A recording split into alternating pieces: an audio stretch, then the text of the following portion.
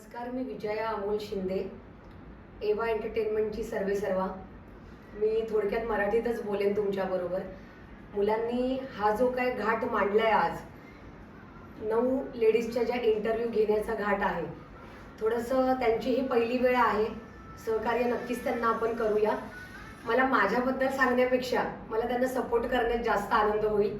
माझ्याबद्दल जाणून घेऊयाच आपण.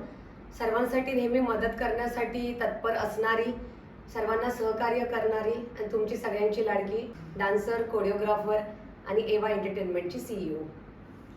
तर तुमची जर्नीची सुरुवात कधीपासून झाली आणि त्याच्या आधीचा थोडा बॅकग्राऊंड? जर्नीची सुरुवात प्रत्येक व्यक्तीला असं असतं की पडतो तेव्हाच उठतो आणि उठतो तेव्हा तो घडतो. माझं थोडक्यात तसंच आहे की सुरुवात केलेली डान्सची आवड होती. काही कारणास्तव ते करता आलं नव्हतं, पण काही लोकांनी करायला भाग पाडलं. चांगलं असतं. काही लोक यावीत आयुष्यात आणि नकारार्थी लोक आल्यानंतर असं वाटतं आपलं आयुष्य थांबतं, पण माझं थांबलं नाही. माझ्या आयुष्याने जरा जास्त स्पीड पकडली, ती कुठे थांबलीच नाही आणि आता वाटतही नाही आहे की थांबावं. सगळ्यांना सोबत घेऊन चालली आहे. डान्समध्ये एक शो हरल्यानंतर नवीन शो स्वतःचा उभा करायचा हे मनाशी ठरवलं. तिथून शोची सुरुवात झाली. त्या शोमधून एवा एंटरटेनमेंट ह्या इव्हेंट एंटरटेनमेंट शोची सुरुवात झाली आणि माझी कंपनी मी ओपन केली. एवा विजया अमोल शिंदे ह्या नावातलं प्रत्येक एक अल्फाबेट घेऊन एवा असं आम्ही नाव क्रिएट केलेलं आहे. एवाचं मिनिंग आहे मोस्टली कोकणामध्ये वेलकम, या. आणि आम्ही पहिल्यापासून स्वागत या असंच बोलत आलोय. आमच्याकडे या आणि पुन्हा जाऊ नका. आणि व्यक्ती तो गेलाच नाही आतापर्यंत. हा छान अनुभव आलाय. त्यामुळे आमच्या कंपनीचं नाव एवा आहे. खूप लोक कनेक्ट झालेत आमच्याबरोबर. त्यामुळे या वर्षी 2023ला दुबईचा शो झाल्यानंतर आम्ही आमच्या कंपनीचं नाव एवाज असं केलेलं आहे. अनेक वचन घेऊन चाललोय, कारण पुढे आम्हाला वाढवायला आवडतं, लोकही, कार्यक्रमही. त्यामुळे सुरुवात छान झाली जर्नीची. थोडी निगेटिव्ह गोष्टीतून पॉझिटिव्ह गोष्टी वाढत गेल्या आणि ह्या गोष्टी थांबल्याच नाहीत. तर सर्वात आधी मला असा प्रश्न विचारायचा आहे. पर्सनली मी खूप उत्सुक आहे की तुमचं आपण फ्रॉम फ्रॉम चाइल्डहूड आपण खूप डान्सेस बघतो, पण मिड लाईफ किंवा 20s किंवा 30sपासून चालू करणे न्यू हॉबी आणि त्यात मग नवीन इंटरेस्ट घेणे हे आपण खूप कमी बघतो. तर हे कसं सुरुवात झाली? ॲक्च्युली कसं आहे, डान्स हा विषय आमच्या घरात कधी आवडला नाही पहिल्यापासून. कारण मोस्टली आत्ता पॅरेंट्स खूप ओपन आहेत. मुलांना कला ह्या क्षेत्रामध्ये खूप पुढे घेऊन चाललेत. पण आमच्या टाइमाला असं होतं की मुलींनी पायामध्ये चाळ बांधायचा नाही, डान्स हे तिचं काम नाही आहे, चूल मूल घर हा कॉन्सेप्ट होता. आता तो मोडीला काढलाय आम्ही तो ॲक्च्युली. कारण मूल आहे, चूल आहे, ह्या गोष्टी आपण नाही जुगारू शकत, त्या सोबत घेऊनच चालायच्या. पण कला ही अशी एक गोष्ट आहे की त्याला प्रत्येक वेळी मुलींच्या बाबतीत मागे ठेवलं गेलं. मी प्रत्येक वेळी सांगत असते, कलेला मरण नाहीये. कला जिवंत ठेवली पाहिजे प्रत्येकाने. कारण जर डिग्री घेतली तरच तो व्यक्ती मोठ्या लेवलला जाईल असं नाहीये. आज कोणत्याही प्रकारची ग्रॅज्युएशनची असू देत, अगदी अजून बऱ्याच क्षेत्रातले कुठलीही डिग्री न घेता जेव्हा आज सेकंड स्टँडर्डपासून 10 पर्यंत ग्रॅज्युएट झालेली मुलं जेव्हा आपल्याला सर आणि मॅम बोलतात, तेव्हा कळतं की कुठल्याही डिग्रीची गरज नसते. स्वतःकडे जर कला आहे तर प्रत्येक गोष्टीवर आपण मात करू शकतो. त्यामुळे कला खूप जास्त गरजेची आहे. मेंटली स्टेबल कला करते तुम्हाला, फिजिकल करते. आणि कसं आहे की खूप शिकलाय तो व्यक्ती, पण परत वजन वाढलंय त्याचं, परत त्याला वजन कमी करण्यासाठी डान्स क्लास जॉईन करायचं आहे, झुंबा, योगा, त्याला ट्रेनरची गरज आहे. तो ट्रेनर किती शिकलाय त्याच्यापेक्षा तो काय शिकलाय हे जास्त महत्वाचं आहे. म्हणजे ग्रॅज्युएट झालेलाच मुलगा झुंबा शिकवतो असं नाहीये. 8वी 9वी नापासवाला पण शिकवू शकतो. ते आहे टॅलेंट आणि ती आहे कला.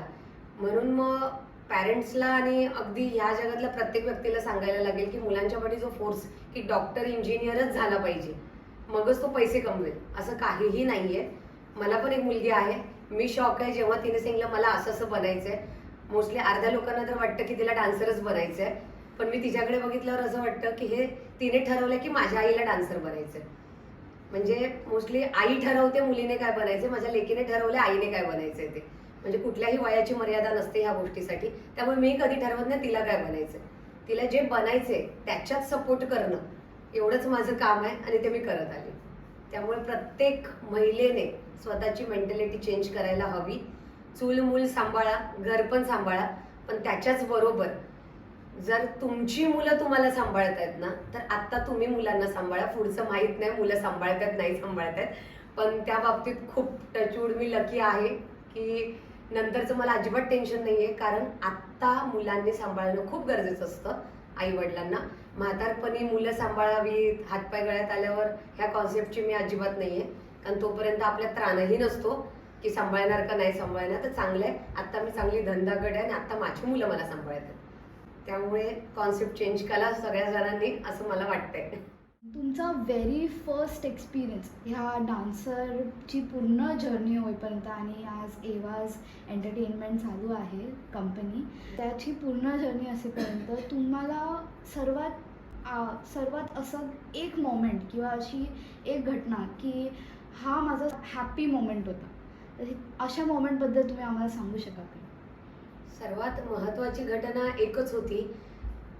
ती हॅप्पी होण्याची आधी ती खूप सॅड होती आणि दुःख आल्याशिवाय आनंद येत नाही आयुष्यामध्ये.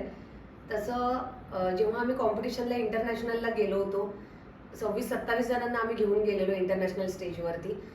आमचा ॲक्ट खूप छान होता. प्रत्येकजण आपल्याबद्दल छानच बोलतो, पण मी अशा विचारांची आहे जिथे मला वाटतं ना की हे नाही चांगलं झालं, तिथे मी छाती ठोक बोलते हे चुकलंय, हे बरोबर नाहीये. मग कोणी मला प्राईज दिलं तरी मी तिथे घ्यायला जात नाही.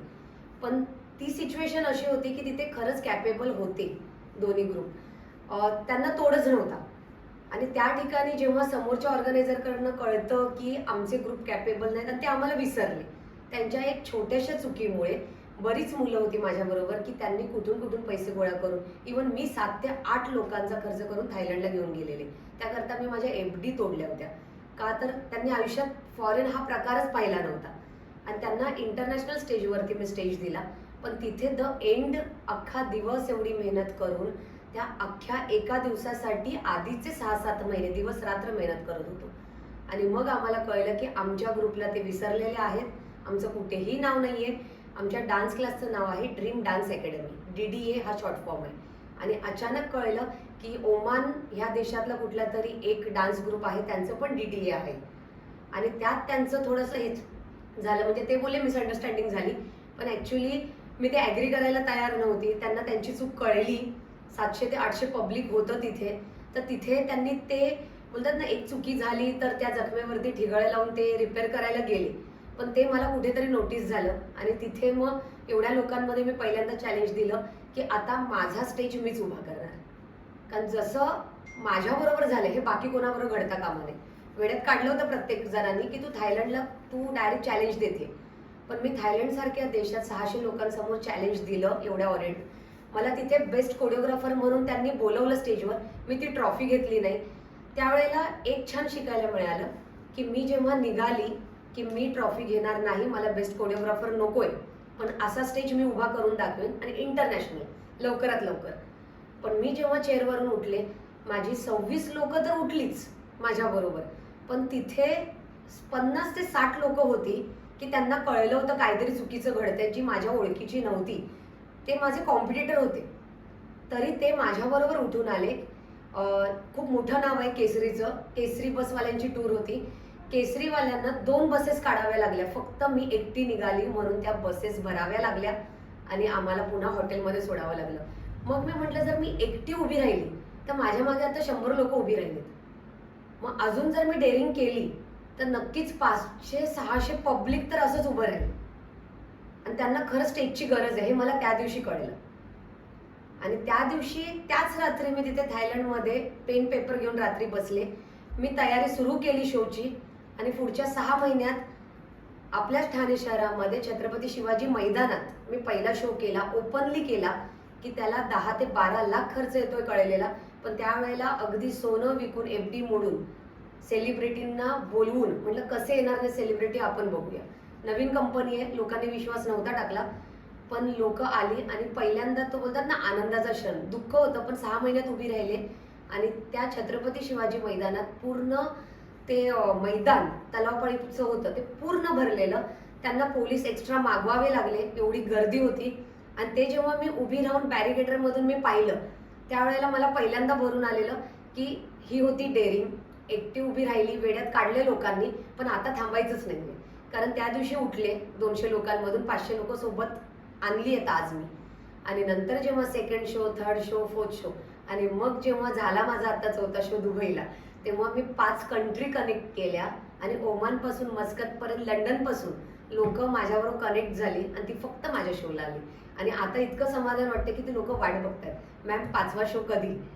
आणि आता समोरून इन्व्हिटेशन येते आणि विचारतायत. मग आता असं झालं, आनंदाचा एकच क्षण नाहीये, नव्याने सतत सतत सतत आता उभी राहते. पण त्या एका दुःखामुळे आलेले हे नवीन क्षण आहेत. आपण तुमचे हे जे तुम्ही एवढे अचीवमेंट्स आहेत आणि यामागचे आता तुम्ही सगळे जसं सांगितलं की स्ट्रगल हा आहेच, तो लीप ऑफ फेथ की आपल्याला डू ऑर डाय सिच्युएशन्स येतातच आणि तेव्हा सगळं रिस्क करून ती रिस्क घ्यावीच लागते आणि आपलं तेव्हा भरपूर सॅक्रिफायसेस होतात. पण आपण आजकाल बघतो की खूप नवीन जनरेशन आहे ज्यांच्यामध्ये खूप जास्त पोटेन्शियल आहे. आणि नॉट ओन्ली नवीन जनरेशन, आताचे आपले जे पण मिडल एज्ड माणसं पण आहेत, त्यांचे पण किती टॅलेंटेड माणसं आहेत, पण त्यांच्यामध्ये पोटेन्शियल असूनही ते पुढे येतच नाही. त्यांना ते डिटर्मिनेशन, तेवढा डिसिप्लिन किंवा मोस्ट इम्पॉर्टंटली ते घाबरतात, द फिअर ऑफ फेल्युअर. तर अशा माणसांना तुम्ही काय म्हणाल? भीती असायला हवी प्रत्येकाला, पण भीतीचे पण प्रकार आहेत. एक असते आईवडिलांची भीती, एक असते स्वतः कुठल्या तरी क्षेत्रात उतरण्याची भीती. मी पडेन का, मग मी सावरेन का, पुन्हा उभी राहीन का. तर मला असं वाटतं की भीतीचे जे प्रकार आहेत, काही भीती असतात त्या स्वतःला डिसिप्लिन आणि एक बोलतात ना शिस्त लावण्यासाठी असतात. स्वतःला लावावी शिस्त, नो डाऊट, त्याच्यात हे नाहीच आहे, म्हणजे त्याच्यात कोण काय बोलू शकत नाही. प्रत्येकाला भीती असल्याशिवाय तो पुढे नाही जाणार आहे. पण जर मी पडले तर मी कशी उठू आणि कोण मला उठवेल, हे पहिल्यांदा डोक्यातून प्रत्येकाने काढायला हवं. कारण तू जर पडते तर तुलाच उठायला हवं, तुला सावरायला हवं आणि पुढे पण तुलाच जायला हवं. हा कॉन्सेप्ट जर डोक्यात ठेवला तर भीती ह्या शब्दाला काय म्हणजे तुमच्या डोक्यामध्ये आणि शब्दामध्ये भीती हा शब्द राहणारच नाही. आणि पुढे जायचंय तर मला नाही वाटत कुठल्या गोष्टींना घाबरून तुम्ही पुढे जाल. पुढे जायचंय तर मागे बघू नका आणि घाबरू नका, हे एवढंच सांगेन मी.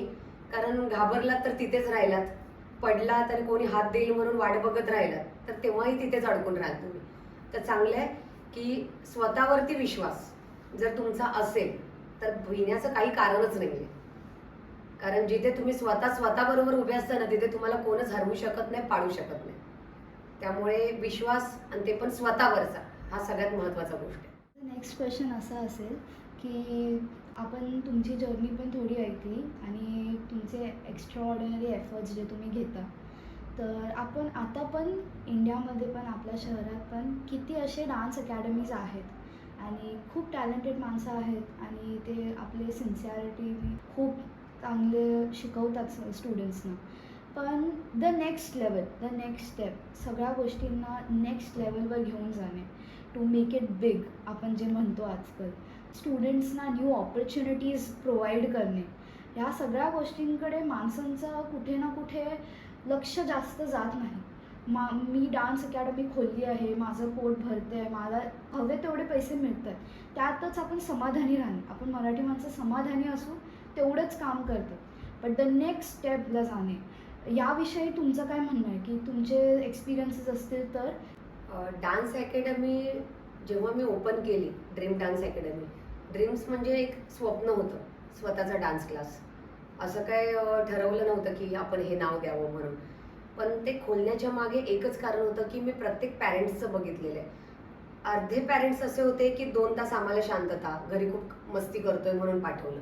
काही होते की सतत मोबाईलमध्ये, अशा प्रकारचे बरेच पॅरेंट्स होते की मोबाईलपासून थोडंसं लांब राहील. आणि तिसऱ्या प्रकारचे असे पॅरेंट्स होते की खरंच माझी मुलगी छान नाचते, तिला कोणतरी एक गुरु हवा म्हणून पाठवलेले. कारण प्रत्येक वेळी जेव्हा मी या 3 प्रकारच्या पॅरेंट्सला बघत आले ना, डान्स अकॅडमी जेव्हा खोलली, तर माझ्या अकॅडमीत आता सुद्धा 1 तासाचा क्लास नसतो, 2 तासाचा असतो. त्यातलं एक सेक्शन असं असतं की आम्ही बुक आणायला सांगतो. डान्स कुठल्या फॉर्मचं तुम्ही कुठला फॉर्म शिकताय, योगाचे काय प्रकार आहेत. कारण बरेच पॅरेंट जिम्नॅस्टिकचा क्लास वेगळा, सिंगिंगचा वेगळा, स्विमिंगचा वेगळा. त्या मुलाला काय आवडतं हे कोणच बघत नाही. आणि मेन पहिले होते जे मैदानी खेळ आउटडोर, ते पूर्वी होते कारण पूर्वी मोबाईलच नव्हते. त्यामुळे मुलं बाहेरच जात होती. का तर घरही लहान होतं, घरात खेळू शकत नव्हते. आता घरं मोठी झालेत, मोठे कॉम्प्लेक्स आहेत, सगळं आहे. पण तरीही मोबाईल घेऊन कुठेतरी एका बेडरूममध्ये बसलेला असतो तो मुलगा. मग काय गप्प बसल्या म्हणून डान्स क्लासला पाठवा. तर त्या मुलांना डान्सबद्दल माहिती देणं, त्यांच्याकडून ते करून घेणं, त्याला खरंच इंटरेस्ट आहे का हे आम्हाला पहिल्या सेक्शनलाच कळतं की ह्याला आहे का बाबा इंटरेस्ट, हा डान्स करू शकतो का.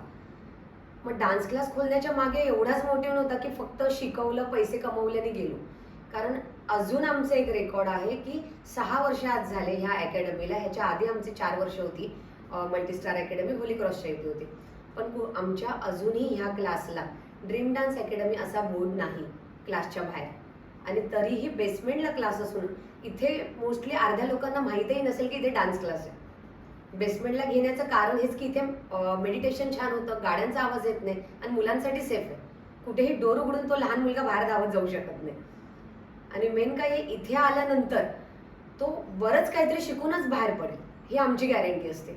आज नाही म्हटलं तरी इथे 35 ते 40 मुलं असतात एका वेळेला.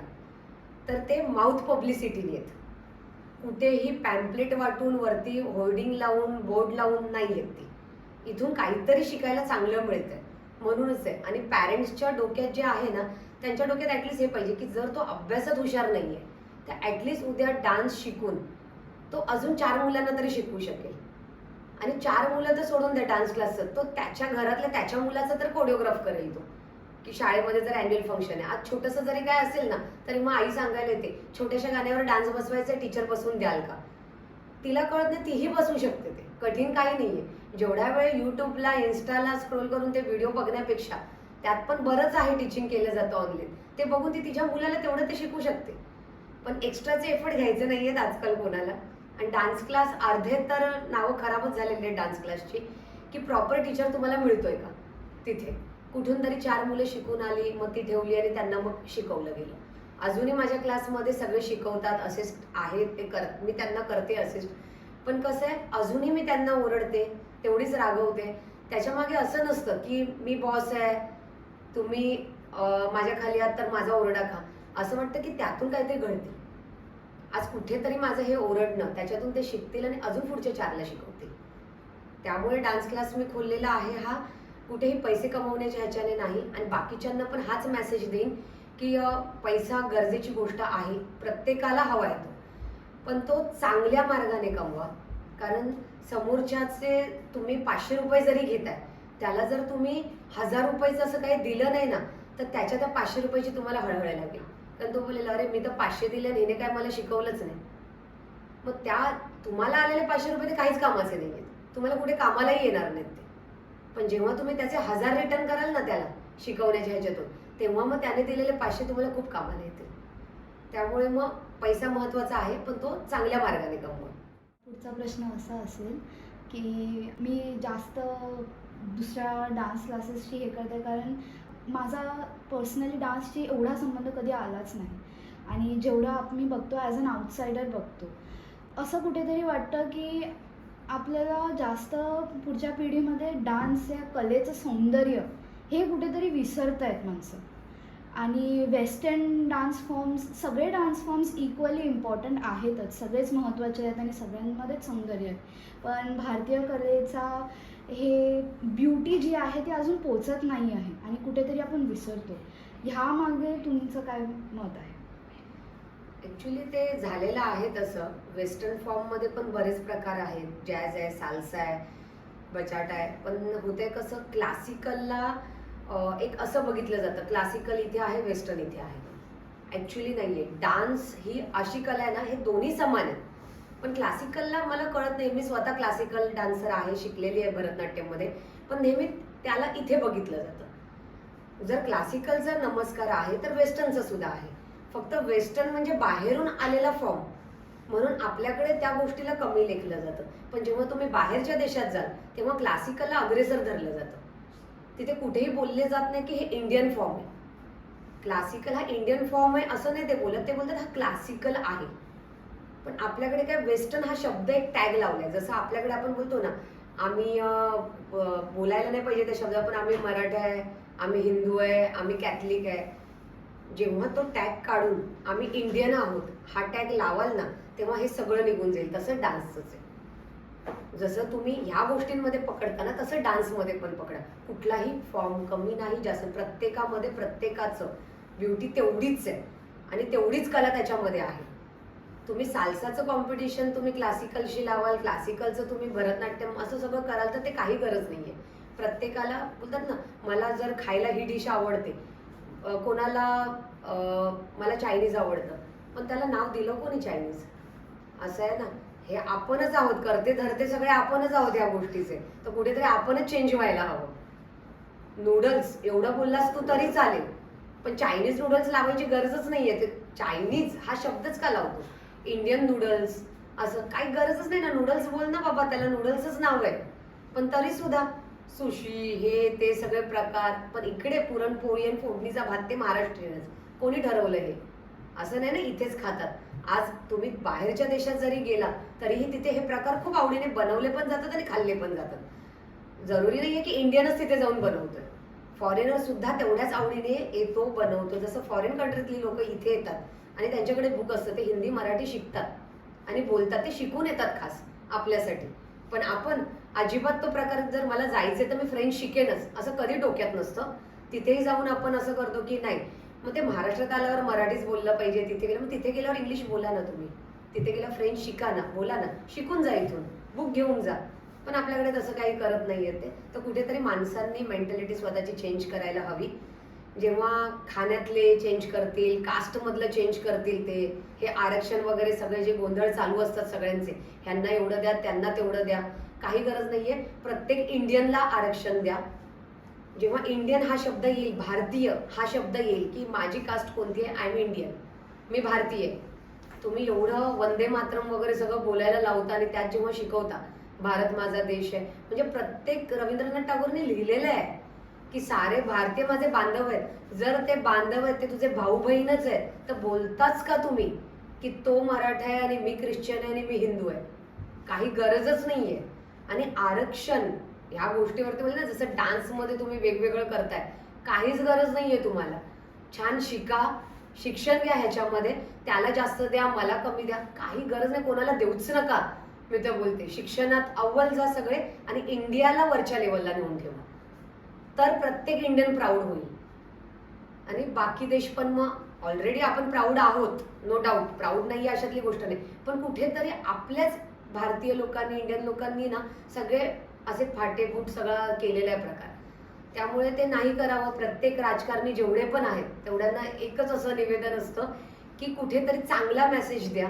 आणि आत्ताच्या पिढीला हा मेसेज जर द्याल ना, तर पुढे चांगलं काहीतरी. आता छोट्या मुलांना पण कळतंय मराठा काही आहे, ते बोलताना पण नाही मी कॅथलिक स्कूलमध्ये जातोय.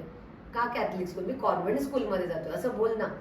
पण मुलं बोलतात मी कॅथलिकमध्ये जातोय, मी मुस्लिम स्कूलमध्ये जातो. हे बोलू नका ना. त्या स्कूलला काहीतरी स्पेसिफिक नावं दिलेली आहेत, त्या नावाने बोला त्या स्कूलला, पण ते होत नाहीये. तर त्यामुळे फक्त स्टेट जे पण आहे बोर्ड्सचे आपले आपले प्रकार केलेले आहेत की स्टेट बोर्ड आहे, इंटरनॅशनल बोर्ड ह्यांनी केलेलं आहे, ही स्कूल मोठ्या लेवल आहे, ही छोट्या स्कूलला, सगळं सेम करा, सगळं सेम होऊन जाईल, काही फरक कोणाला पडणार नाहीये. फक्त सगळ्यांना समान वागणूक, तशी डान्समध्ये पण, तशीच तुमच्या कास्टमध्ये पण. आणि इंडियन हा शब्द मेन ठेवायला हवा, भारतीय, तर सगळं व्यवस्थित होईल. मग डान्समध्ये पण काही वरती खालती होणार नाही. क्लासिकलला पण त्याच लेवलला ठेवा. वेस्टर्न हा शब्द काढून टाका, जसं साल्साला दिलेलं आहे, कारण त्या त्या कंट्रीमधून ते डान्सचे फॉर्म आलेले आहेत. ॲग्री, आले तर ठीक आहे. हा सुद्धा आलेला आहे ना आपल्या इथून, पण हे सगळे आपलेच आहेत ना. इंडियन का जास्त प्रिफर करतात की नाही मला वेस्टर्नला जायचंय? केरलाला, कर्नाटकला जाल तुम्ही, साऊथ लोक जेवढी पण आहेत सगळे आहेत, तर त्याच्यामध्ये पण आम्हाला क्लासिकल शिकायचंय, कारण तिथे प्राधान्य दिलं जातं, हा आपला फॉर्म आहे, हा शिक. तर ते कुठेतरी चुकतं. सगळे फॉर्म शिकवा. एक डान्स क्लास आहे ना, पॅरेंट्स आल्यावर बोलतात मला हिला क्लासिकलला टाकायचंय का, असं काहीतरी करा ना की आमच्याकडे एका महिन्यामध्ये, आता जेव्हा आम्ही शिकवतो ना, आम्ही त्यांना डान्समध्ये कोरिओग्राफी करताना आमचे आहेत कोरिओग्राफर, कोणाचं कथ्थक झालंय, माझं भरतनाट्यम झालंय, कोणाचं साल्सा झालेलं आहे, सगळे फॉर्म शिकवतो आम्ही मुलांना. कुठे वेगळा क्लास लावायची गरज नाहीये तुम्हाला. पण सर्टिफिकेट गव्हर्नमेंटकडनं फक्त क्लासिकलला दिलं जातं, वेस्टर्नला दिलं जात नाही. तर हे कुठेतरी चुकतं. त्यामुळे मग काही पॅरेंट्स आहेत ते जबरदस्ती मुलांना ढकलतात. 10th ला तुला 2% मिळतील ना, जा तू क्लासिकलला. मग त्या मुलाची जबरदस्तीने त्याला ढकललं जातं, त्याला अजिबात इंटरेस्ट नसला तरी ढकललं जातं. पण त्याला नाचायचं असतं इकडे वेस्टर्नवरती. तर ते नको तसं व्हायला. सगळ्यांना समान प्राधान्य द्या. देताय सर्टिफिकेट, मार्क्स देतात, सगळ्या फॉर्मला द्या. प्रत्येकाला शिकू द्या सगळ्या ह्याच्यामध्ये. नाही तर मग कोणालाच देऊ नका. जसं आरक्षणाचं करताय ना, तसं मग डान्समध्ये पण काढून टाका. माझा नेक्स्ट क्वेश्चन असा असेल की एव्हा एंटरटेनमेंट ह्याची सुरुवात किंवा त्याचे इनिशियल डेज, त्याचे पहिले दिवस कसे गेले तुमचे, आणि त्याची सुरुवातातली तुमची सर्वात फर्स्ट स्टुडंट्स ह्यांबद्दल त्याविषयी तुम्ही थोडं बोला. एव्हा एंटरटेनमेंटची सुरुवात जेव्हा थायलंडला शोमध्ये जेव्हा मी म्हणजे पूर्ण असं झालेलं की नाही आता पुन्हा उभं राहायचंय नव्याने आणि आपला शो उभा करायचा आहे, त्याच दिवशी नाव लक्षामध्ये आलं की हेच. आणि अगदी आवडेल मला. मी टॅटू काढायला खूप घाबरते, पण असं होतं की मुलींनी टॅटू हातावरती काढायचा नाही, ते वेस्टर्न स्टाईल आहे. पण आईच्या हातावरती तुळशी वृंदावन होतं पाहिलेलं, पण तेव्हा त्याला गोंधणी हे बोलतात. आणि आईसारखी बोलायची नाही, गोंधलंच पाहिजे हातावरती, प्रत्येक बाईला गोंधलं पाहिजे. वरती गेल्यानंतर देव विचारतो काय घेऊन आलीस, हेच घेऊन आली. म्हटलं हे गोंधायचंच आहे, तर कंपनी आपण आज नवीन स्थापन करू, कंपनीचंच नाव आपल्या हातावरती गोंधू, काय फरक पडतोय म्हटलं. तुळशी वृंदावन थोडी ना मी पाणी घालणारे जाऊन त्या टॅटूवरती. मग त्या दिवशी पहिल्यांदा एव्हा असा टॅटू मी हातावरती हे केलं, गोंधला. तो थायलंडमध्येच गोंधला. तिथूनच ह्या कंपनीची सुरुवात झाली. चॅलेंज देऊन सुरुवात झाली नव्याने. स्टुडंट बोलायला गेलं तर होली क्रॉसमधूनच सुरुवात होती माझी डान्सची सगळ्यात पहिल्यांदा. आणि होली क्रॉस स्कूलमध्येच बऱ्याच मुली कनेक्ट होत गेल्या.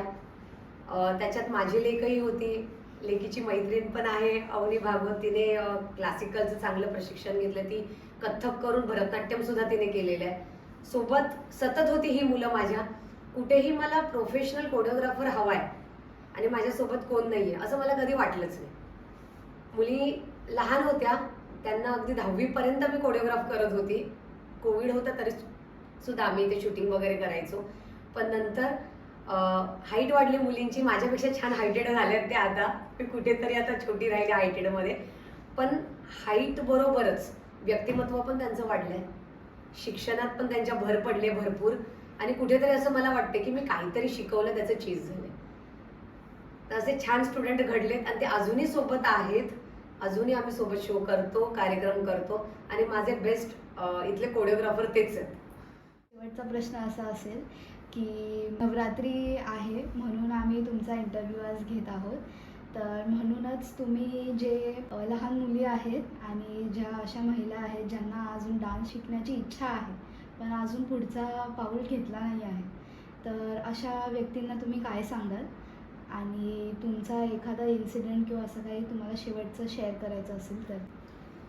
महिलांना एकच सांगावंसं वाटेल की डान्स कर हे कोणी तुम्हाला येऊन सांगणार नाही. आणि ही गोष्ट सांगण्यासारखी पण नाहीये की समोरच्याने सांगावं आणि मग तू नाचावंस. पाय तुमचे आहेत, जागा तुम्ही ठरवायची आहे, कुठे का नाचायचे, काय वेळ तुमची आहे. तर त्या वेळाला सार्थकी कसं घालवायचं हे तुमच्या हातात आहे. तर त्याच्यासाठी कोणीतरी सांगावं आणि मग तुम्ही करावं. हे करू नका. स्वतः ठरवा, स्वतः उभे राहा, मनाला वाटेल तेव्हा नाचा, वाटेल तिथे नाचा, वाटेल तसे नाचा. काही गरज नाही कोणाला विचारायची आणि कोणाच्या परमिशनची. कारण डान्स हे मेडिसिन आहे, हे माझं पहिल्यापासून म्हणणं आहे प्रत्येकाला. आणि हे मेडिसिन फुकट मिळालेलं आहे, कुठेही एकही रुपया खर्च करायची गरज नाहीये. तर हे निसर्गाने दिलंय, तुम्हाला आवडतंय आणि त्यातून जेव्हा एक आनंद मिळतो तुम्हाला, तर जी गोष्ट फ्री आहे त्या गोष्टीसाठी काय गरज आहे कोणाला विचारायची. तर त्याचा उपभोग घ्या. मिळेल तिथे, वाटेल तसं, आवडेल तसं नाचा. जागा तुमची, पाय तुमचे, मन तुमचं. हे मेडिसिन जे तुम्हाला मिळाले नशिबाने त्याचा उपभोग मनसोक्त घ्या आणि हेल्दी राहा, फिट राहा. Thank you so much. तुमच्याशी बोलून खूप खरंच बरं वाटलं. आणि तर थँक्यू, आज तुमच्यासोबत भेट झाली. Thank you so much Avani. तू इंटरव्ह्यू घेतली, तुझी पहिलीच वेळ आहे आणि अजूनही आपण छान छान इंटरव्ह्यूसाठी तुला हेल्प करू आणि असेच पुढे राहा. माझ्या शुभेच्छा सदैव तुमच्यासोबत राहतील. Thank you so much.